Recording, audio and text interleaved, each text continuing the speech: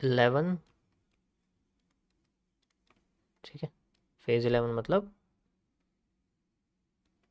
Central सीसीपीज। सीसीपीज का मतलब complex chart and patterns.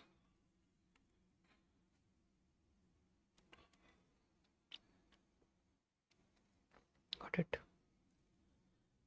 अब कल मैंने आपको इसमें बताया था कि जो सेंट्रल एरिया होते हैं वो बेसिकली उन अगर वो पूरे हो जाए, अगर मार्केट में एक ट्रेंड का स्ट्रक्चर कंप्लीट हो जाए तो हमें उससे ज़्यादा मूव वॉल्यूम बर्स्ट हम लोग उसको लिखते हैं, ठीक है। उससे ज़्यादा मूव हम क्या करते हैं, वॉल्यूम बर्स्ट उसको कंसिडर कर लेते हैं। लेकिन यहाँ थोड़ा सा अलग कॉन्सेप्ट है। तो सबसे पहले मैं आपको कुछ, ठीक है, कॉम्प्लेक्स चार्ट पैटर्न के हिसाब से बताऊँ। इनके कोई नाम नहीं है फिलहाल, आप चाहो तो इनको नाम रख सकते हो, वरना मैंने इनको कोई नाम नहीं दे रखा, क्योंकि ये हर बार अलग तरीके से बनते हैं, हर बार अलग तरीके से बनते हैं, तो मैंने कोई इनको नाम नहीं दे रखा। सबसे पहले आपके पास आता है मतलब कॉम्प्लेक्स एन में आता है। जैसे कि अगर बात करूं तो जो कॉम्प्लेक्स एन होते हैं उनके अंदर आता है। एन भी थोड़े कॉम्प्लेक्स होते हैं, ठीक है, देखना आप ध्यान से।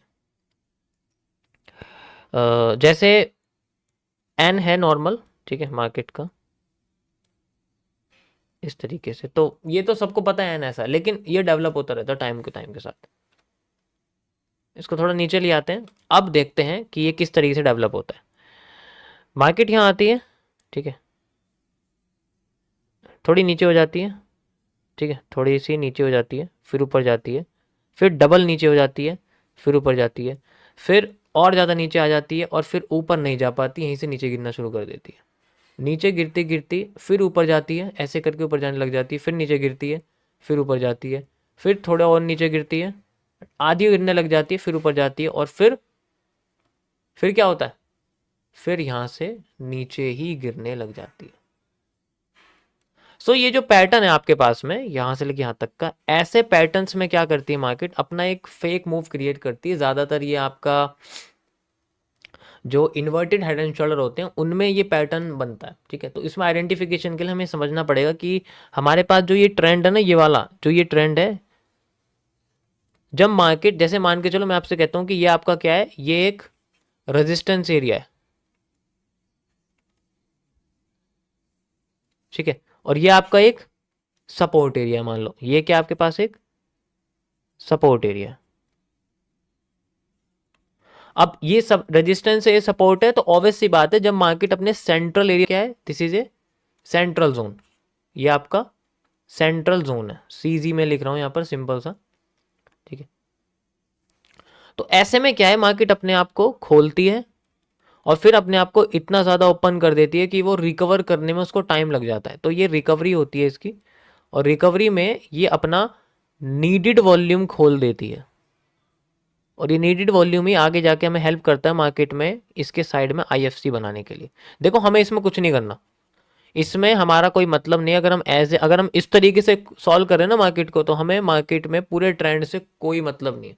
ये क्या बन गया हमारे लिए, ये एक नीडेड वॉल्यूम वाला एरिया बन गया कि इस वॉल्यूम को मार्केट को चाहिए ही चाहिए, किसी भी हाल में लेके रहेगी, ठीक है। फेल होने के चांसेस थोड़े कम है, फेल होने के चांसेस थोड़े कम हैं, लेकिन ज़्यादातर केसेस में वो अपने आप को इस जगह पे लाने की कोशिश करेगी। ये नीडेड वॉल्यूम बन गया। अब यहाँ पर क्या होगा, ज़्यादा और भी ज़्यादा केसेस में जब इसको क्रॉस करेगी ना, तो आपको पता ही यहाँ पर एक आईएफसी बनाने की कोशिश करेगी।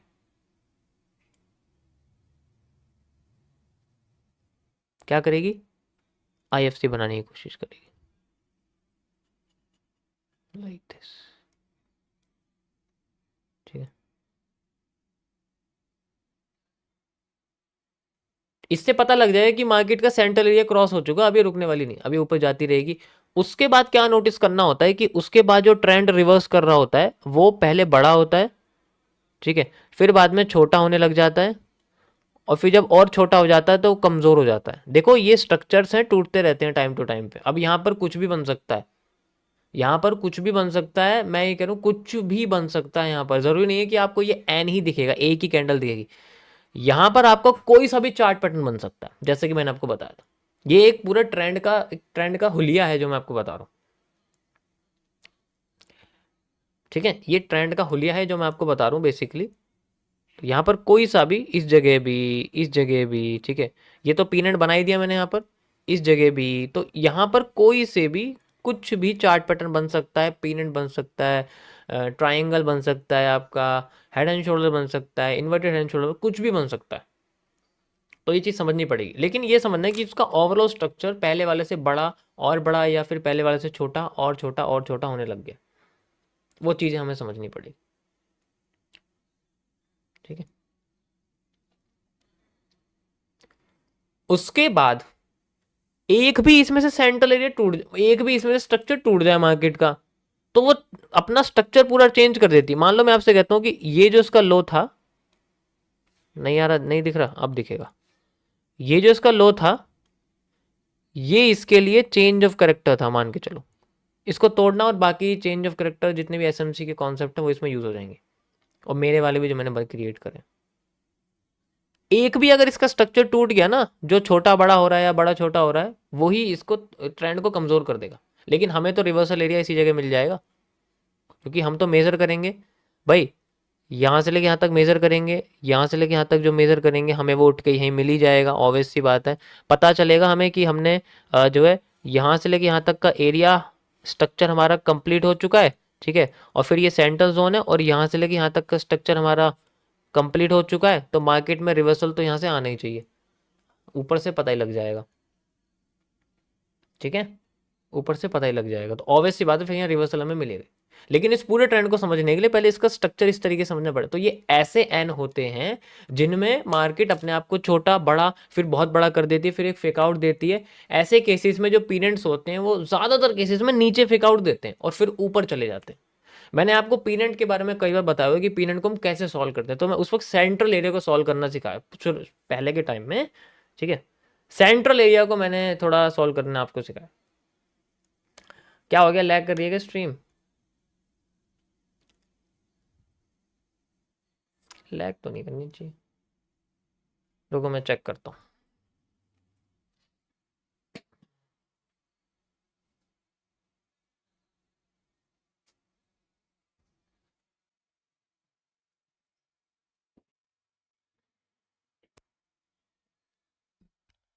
अब ठीक है,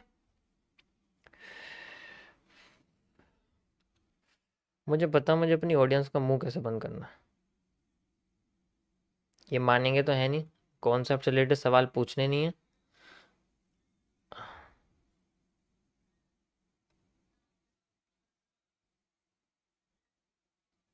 अब जरा बोल के दिखाओ,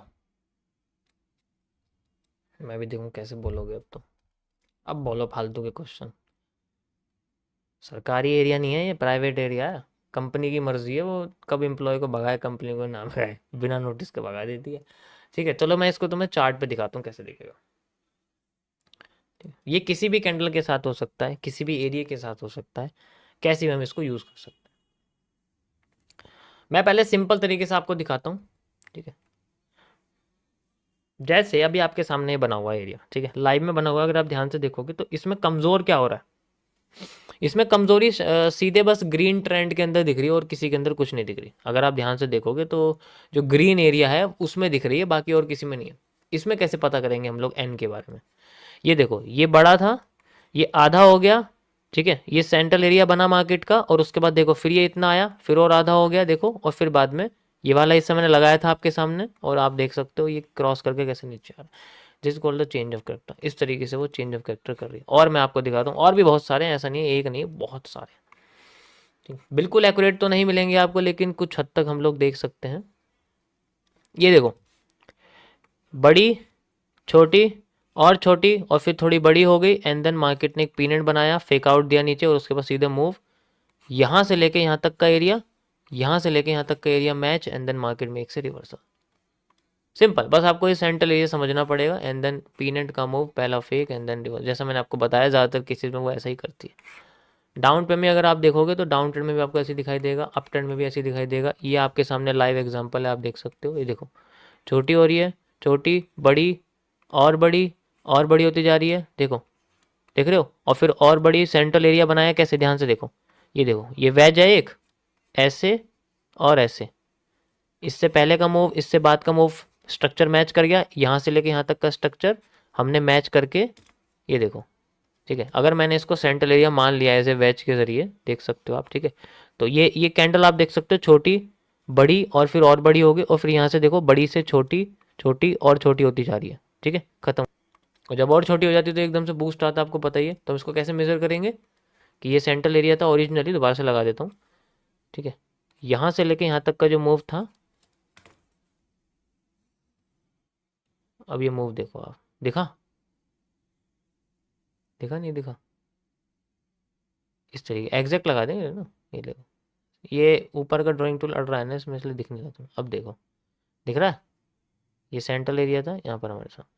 दोबारा लगा के दिखा देता हूँ, लाइन से लगा देता हूँ। ये देखो, यहाँ से लेके यहाँ तक का एरिया, ठीक है, ये यहाँ तक का area, and we have move like this. यहाँ तक आई है एग्जैक्ट मार्केट, तो वो सेंट्रल एरिया का सारा कॉन्सेप्ट यहाँ यूज होता है। हमें आइडेंटिफाई करना पड़ेगा, बेशक देखो ट्रेंड को कंटिन्यू करने के लिए। अब हम जानते हैं, ठीक है, ये सेंट्रल एरिया है, सिंपली सेंट्रल एरिया। क्या गारंटी है इस चीज़ की कि मार्केट अपने आप को इस हिस्से से नहीं उठाएगी? वो हमें इसके बाद का हिस्सा बताएगा। अब यहाँ से लेके यहाँ तक ट्रेंड को भूल जाओ, दिमाग से हटा दो। अब हमें यूज़ करना है इन कैंडल्स का, इन रिटेस्टिंग्स का यूज़ करना है, जो आपको लाइन चार्ट में बहुत अच्छे से समझ में आ जाएगी। ये देखो, कुछ मैचिंग हो रही है, थोड़ी बहुत समझ आ रहा है क्या हो रहा है, छोटी, बड़ी, और बड़ी, और फिर नीचे आगे। हाँ, मतलब लाइन के हिसाब से पता लग रहा है अलग, और कैंडल के हिसाब से अलग पता लग रहा है, वो अलग बात है। आपको जो समझ में आया वैसा कर सकते हो। एक कॉरस्पॉन्डिंग एरिया बनना चाहिए कि जैसे कोई चीज़ छोटी हो रही है, फिर बड़ी हो रही है, फिर बड़ी हो रही है, इसी तरीके से कोई चीज़ छोटी हो रही है, वो और छोटी हो रही है, और छोटी हो रही है, ऐसे कॉरस्पॉन्डिंग एरिया बनना। अब वो चाहे लाइन चार्ट में बने, चाहे वो तुम्हारा कैंडल में बने, उससे फर्क नहीं पड़ता। अब जैसे यहाँ समझ में नहीं आ रहा, कैंडल यूज़ कर सकते हैं, समझ में आ जाएगा। समझ आया? चलो थोड़ा मुंह खोल देते हैं, देखते हैं क्या बोलते हैं लोग। बोलो, समझ आया सबको, नहीं आया?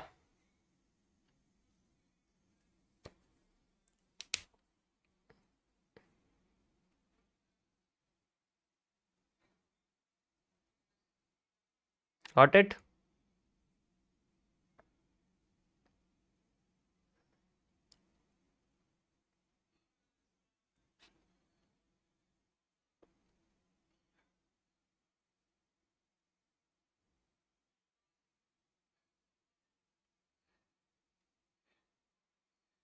ज़्यादा लोगों को समझ में आ गया जितना मुझे लग रहा है ना।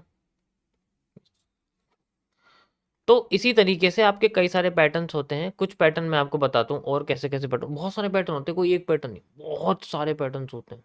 इन्फिनिट तरीके के पैटर्न्स हैं, उनकी कोई नंबरिंग ही नहीं है। ये बहुत आगे की चीज़ है यार, फेज 11 चल रहा है, सोचो। तो ये कोई छोटी मोटी चीज़ नहीं, बहुत आगे की चीज़ है कि हमें पूरे स्ट्रक्चर को टुकड़ों में सॉल्व करने की जरूरत नहीं पड़ती है। पूरा एक बार देख लेते हैं, पता लग जाता है वो क्या है।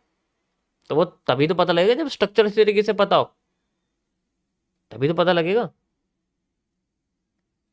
समझ आया? इसी तरीके से मार्केट में कई सारे एन बनते हैं। मेजर रिवर्सल एरिया, ये बड़े मूव को आइडेंटिफाई करने के लिए यूज किया जाता है।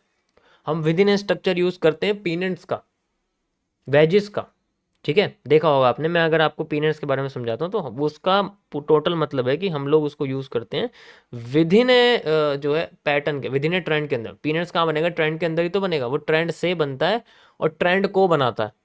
तो हम उसके अंदर की बात कर रहे हैं, तो अंदर का मूव आता है छोटा, बड़ा तो आता नहीं है।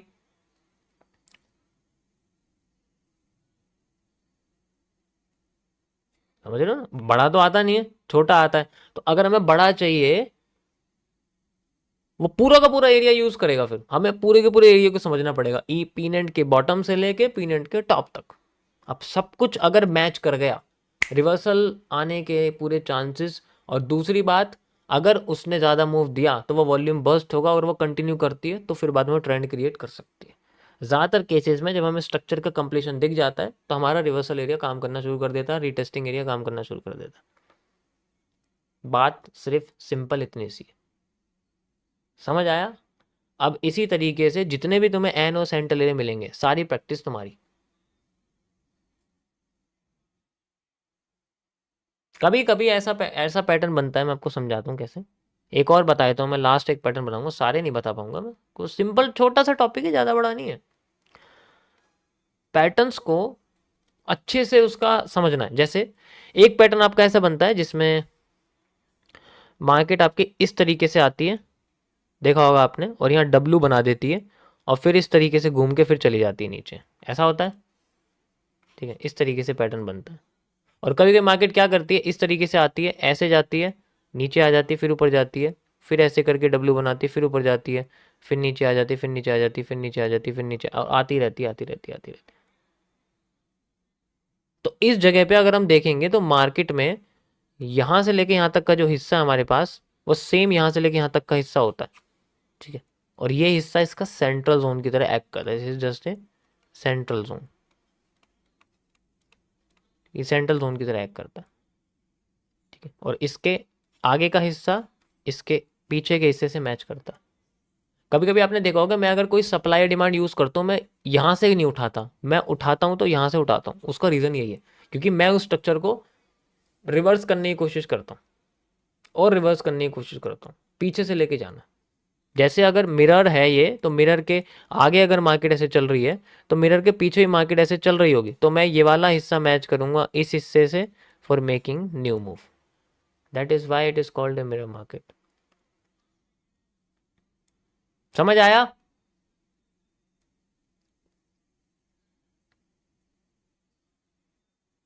Got it? बाकी एग्जाम्पल चार्ट पे भरे पड़े हुए हैं, आप अगर ध्यान से देखोगे तो आपको समझ में आ जाएगा। एग्जाम्पल चार्ट पे भरे पड़े, जितने देखोगे हर जगह तुम्हें सेंट्रल एरिया नजर आएगा बस। यानी कि whole chart is type of spinning top.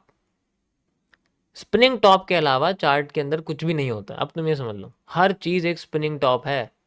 उसका क्रॉस होना, मूवमेंट उसका क्योंकि फ्लोटेशन उसी को तो कहते हैं। मार्केट फ्लोट तभी करेगी जो चार्ट मिलेगा, that is called a flotation.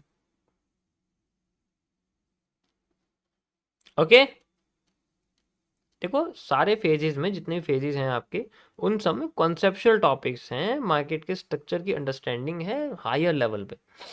उसमें ऐसा नहीं है CWL बनाई, CWC बनाई, काम हो गया, ऐसा कुछ नहीं है, ये अलग चीज़ है,